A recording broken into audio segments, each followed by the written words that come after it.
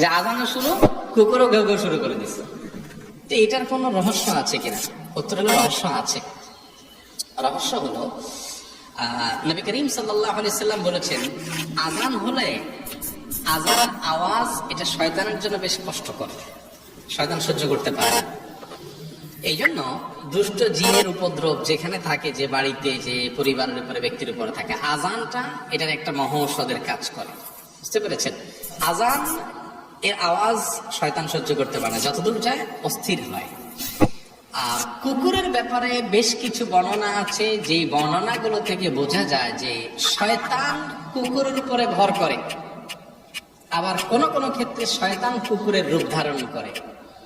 বিশেষ করে কুকুর যদি কালো কালারের হয়, তখন তার ব্যাপারে সে শয়তান বা শয়তানের সাথে যোগসূত্র হওয়ার কথা হাদিসে বর্ণনা আছে।